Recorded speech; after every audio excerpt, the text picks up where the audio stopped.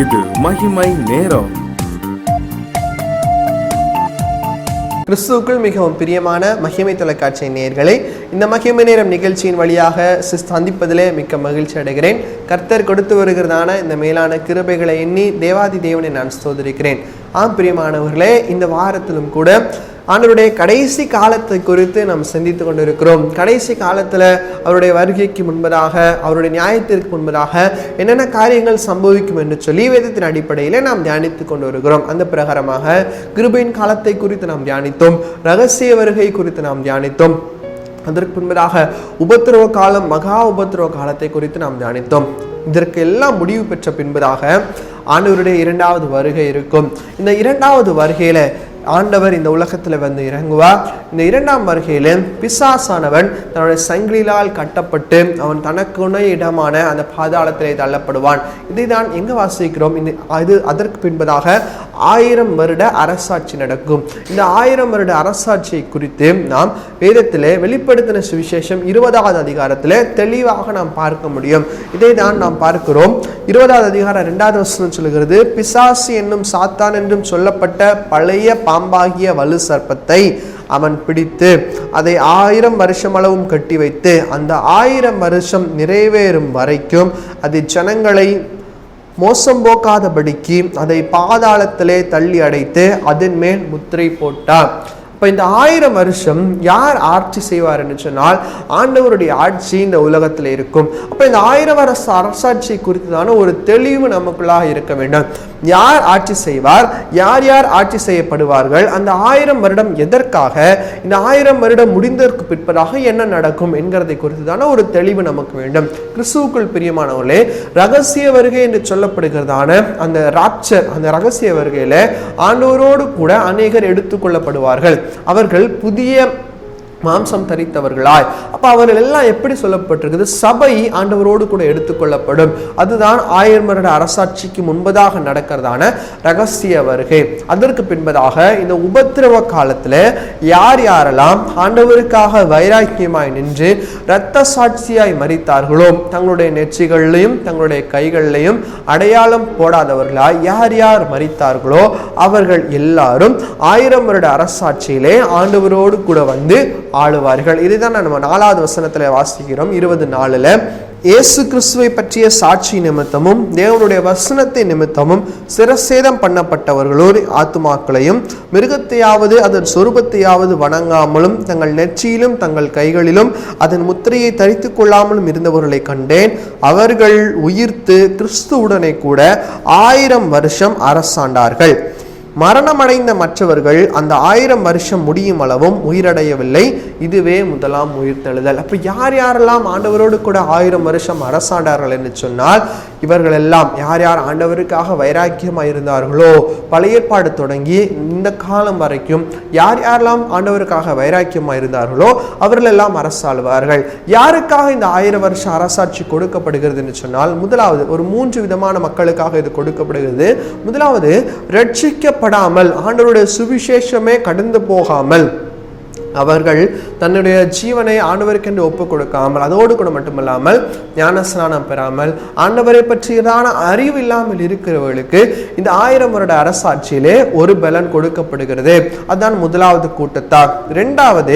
இந்த இரண்டாவது கூட்டத்தார் யார் என்று சொன்னா, இந்த உபத்திரவ காலத்துல, மகா உபத்திரவ காலத்திலும் யார் யாரெல்லாம் முத்திரை எடுக்காதவர்களா இருக்கிறார்களோ அவர்களுக்கும் ஒரு வாய்ப்பு கொடுக்கப்படுகிறது. இப்படி இந்த 1000 வருட அரசாட்சி நடக்கும். அதோடு கூட மட்டுமல்லாமல் சிசுவிலே தன்னுடைய உயிரை இறந்து போனவர்கள், இப்படியானவர்கள் தன் முழு உருவம் பெற்று அவர்கள் எழுந்து இந்த 1000 அரசாட்சியிலே பங்கெடுப்பார்கள். இவர்களை ஆளுகிறவர்கள் தான் யார்? ஆண்டவரோடு கூட சபையாய் எடுத்துக்கொள்ளப்பட்டவர்கள். சபை அங்கேயும் இருக்கும், பரலோகத்தில் இருக்கும், இங்கேயும் இருக்கும். எனவே இவர்கள் எல்லாம் ஆளுகை செய்வார்கள். இந்த 1000 வருடம் பிசாசானவனுக்கு இடமே இருக்காது. பிசாசானவன் அவனுக்கு எந்த விதமான ஒரு அதிகாரமும் கொடுக்கப்பட்டிருக்காது.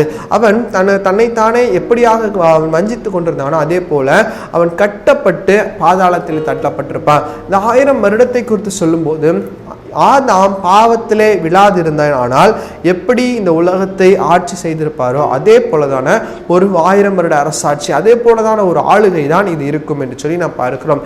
இதை குறித்ததான வசனம் ஏசாயா 11வது அதிகாரத்தில் நாம் பார்க்கும்போது 6வது வசனம் முதல் நான் வாசிப்போமானால், ஓனாயும் ஆட்டுக்குட்டியோட தங்கும், புலி வெள்ளாட்டுக்குட்டியோட படுத்துக்கொள்ளும், கன்றுக்குட்டியும் பால் சிங்கங்களையும் ஒருமித்திருக்கும், ஒரு சிறு பையன் அவைகளை நடத்துவான். பசுவும் கரடியும் கூடுமேயும், அவைகளின் குட்டிகள் ஒருமித்து படுத்துக்கொள்ளும், சிங்கம் மாட்டை போல் வைக்கோல் தின்னும். இப்படியாக ஒருவருக்கொருவர் மிகவும் சந்தோஷமாக, ஏனென்று சொன்னால் அங்கு பிசாசு இல்லை, ஆட்சி செய்கிற வராண்டவர் மாத்திரம்தான். எனவே அந்த இடத்துல சந்தோஷம் மாத்திரம்தான் இருக்கும். அந்த இடத்துல உயிர் பலிகள் கூட இருக்காது. சாவாமை உள்ளதான ஒரு காலம். 1000 வருஷம் மக்கள் இந்த உலகத்தை பலுகி பெருக செய்வார்கள். அதுதான் 1000 வருட அரசாட்சி. அங்க நடக்கிறதான எல்லா காரியங்களும் ஆண்டவருக்கு பிரியமான காரியங்களாய் மாத்திரம்தான் இருக்கும். அங்க பாவம் இருக்காது, எதுவுமே இருக்காது. இந்த 1000 வருட அரசாட்சி முடிந்ததற்கு பிற்பதாக இவர்களும் ஆண்டவரோடு கூட பரலோகத்தில் எடுத்துக்கொள்ளப்படுவார்களா என்று கேட்டால், அதற்கு தான் அவர்களுக்கு ஒரு டெஸ்ட் வைக்கப்பட்டிருக்கிறது, ஒரு சோதனை வைக்கப்பட்டிருக்கிறது. அந்த வெளிப்படுத்தின விசேஷத்தை நாம் பார்க்கும்போது, இந்த 1000 வருடம் முடிந்ததுக்கு பிற்பாடு பிசாசானவன் அந்த சங்கிலிகளால் கட்டப்பட்டிருந்த அந்த கட்டிலிருந்து அவன் அவிழ்க்கப்படுவான். இதுதான் 9வது வசனம் 8வது வசனத்திலிருந்து நாம் பார்க்கிறோம். அந்த 1000 வருஷம் முடியும் போது சாத்தான் தன் காவலில் இருந்து விடுதலையாகி பூமி 4 திசைகளிலும் உள்ள ஜாதியாகிய கோவையும் ஆகோவையும் மோசம் போக்கும்படிக்கும் அவர்களை யுத்தத்திற்கு கூட்டிக் கொண்டுபடியாக புறப்படுவான். அவனுடைய தொகை கடற்கரை மணல் தனையா இருக்கும். ஆனாலும் பிசாசு என்ன செய்வான்? தன்னுடைய பெருஞ்சாதிகளாக மக்களை கூட்டிக் கொண்டு இவர்களை வஞ்சிக்கும்படியாக இந்த உலகத்திற்குள்ளாக கடந்து வருவான். ஆனால் அந்த இடத்துல ஆண்டவருக்கும் பிசாசுக்கும் யுத்தம் நடக்கும். ஆண்டவர் அந்த பிசாசை ஜெயித்து அவனை மறுபடியும் பாதாளத்திற்கு தள்ளி விடுவார். பிரியமானவர்களே, இதுதான் 1000 வருட அரசாட்சிக்குரிய காரியம். இப்போ இன்னைக்கு நமக்குள்ளாக ஒரு வாஞ்சை இருக்கணும். இந்த 1000 வருட அரசாட்சியில ஆண்டவரோடு கூட ஆளுகை செய்கிறவர்களாய் அந்த பங்குல நானும் இருக்க வேண்டும். அந்த பங்குல நானும் இருக்க வேண்டும் என்று சொன்னா, ஆண்டவர் இப்ப எனக்கு கொடுத்துட்டு இருக்கிறதான இந்த கிருபையின் காலத்துல நான் ஒழுங்காய் வாழ வேண்டும்.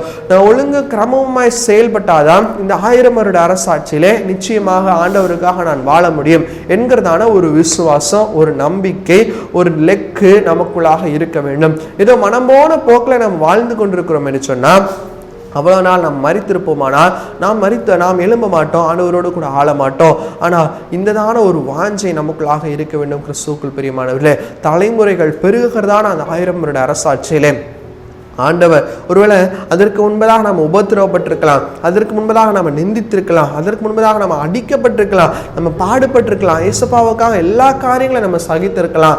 அது எல்லாவற்றிற்கும் மேன்மையான ஒரு காரியமாக தான் ஆண்டவர் இந்த 1000 வருட அரசாட்சியை வைத்திருக்கிறார். இதுதான் ஒரு பாடல் வரியில நம்ம வாசிக்கிறோம். இடுக்கண் தீங்கு இழைப்பாரில்லை, யுகத்தில் கர்த்தாவின் மகிமை தங்கும், குழந்தையின் கரங்கள் பாம்பின் மண்புதரில் கலங்கம் பயமின்றி விளையாடுவோமே. கிறிஸ்தேசு ராஜா அவர் புவியாளுவார், கிடைக்கும் நல்நீதி எளியவர்க்கே, பரிபூர்ணம் அடைந்து மெய் தூய்மை பக்தர்கள் பரனோடு நீடூழி அரசாளுவே. அதுதான் 1000 வருட அரசாட்சி. அது பரிசுத்தவான்களின் ராஜ்யமாய் காணப்படுகிறது. அந்த பரிசுத்தவான்களின் ராஜ்யத்துல நானும் ஒரு பரிசுத்தவானாய் காணப்பட வேண்டும், நானும் ஆண்டவரோடு கூட ஆளுகை செய்ய வேண்டும் என்கிறதான ஒரு வாஞ்சை, என்கிறதான ஒரு எண்ணம் இன்னைக்கு நமக்குள்ளாக இருக்கணும். அப்படிப்பட்டதான வாஞ்சை வரும்படியாக தான் ஆண்டவர் நம்மை அழைக்கிறார். உண்மையாகவே நம்ம கர்த்தருக்கு ஒப்பு கொடுப்போம். ஆண்டவரே, இந்த உலகத்தில் நான் வாழ்கிறதான இந்த ஒரு வாழ்க்கை, இது நிரந்தரமற்ற வாழ்க்கை. இந்த நிரந்தரமற்ற வாழ்க்கையை நான் நிரந்தரமாக்கி கொள்ளாதபடிக்கு நிரந்தரமான வாழ்க்கை எது என்பதை நீர் எனக்கு வெளிப்படுத்தினீர். உமக்கு நன்றி.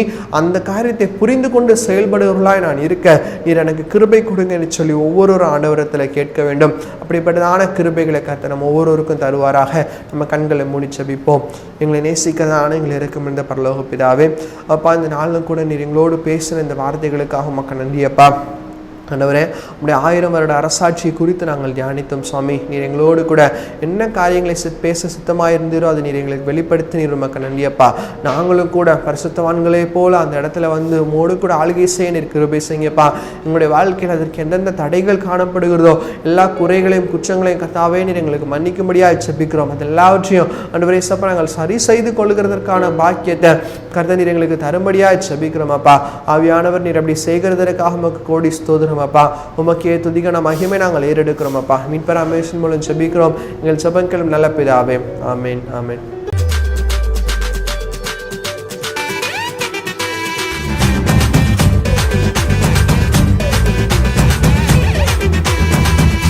மகிமை மகிமை